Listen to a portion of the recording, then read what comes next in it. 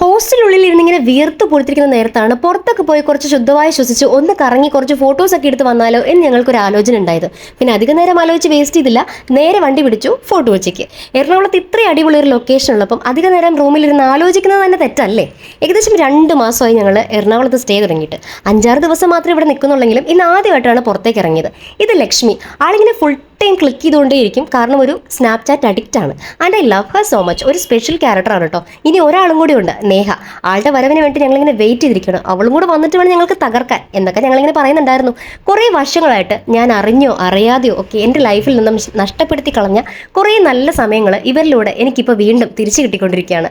ഏകദേശം 3-4 മാസം കഴിഞ്ഞിട്ടുണ്ടെങ്കിൽ നാല് വഴിക്ക് പോകേണ്ട ആളുകളാണ് ഞങ്ങൾ. പക്ഷേ ഇപ്പോൾ ഞങ്ങളെ പറ്റിയിട്ടൊന്നും ചിന്തിക്കുന്നില്ല.